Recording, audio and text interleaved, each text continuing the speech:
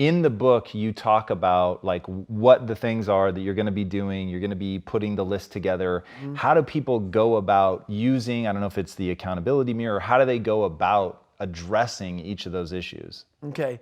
So let's say the first one is you're not the smartest person in school. I had that issue. So my big thing was how I addressed that problem was I had to sit down. Each thing that is wrong with you has to be a focal point.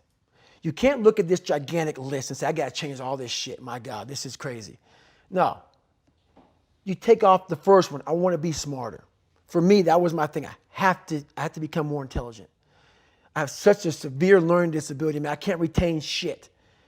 I had to now get that one thing and then strategize in that one problem.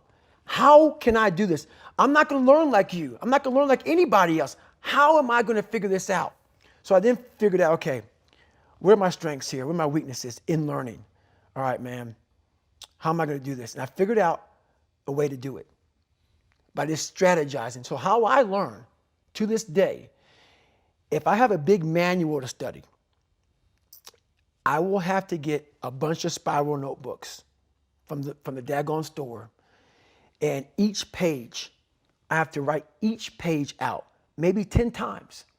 So there was a 1,000-page dive manual that I got 18 months before I went to dive school. Most people, I'm not smart, I'm gonna go see if I can pass this test. I realized, hang on a second, I'm not smart. How can I get past this? How can I get through this obstacle? I need to acquire this book 18 months in advance because it could take me 18 months to write down each page over and over again to then put it to memory. So when the question came up, I had written that question so many times down on paper that I can recall, okay, page 71 was where I remember seeing this, and I can recall it that way. And that's how I did it. So you got to strategize on each problem you have in life. Slowly break down that problem. Don't think about all the problems you have, just one at a time. And before you know it, you fix all these problems, but you cannot focus on all of them, just on the one thing at a time.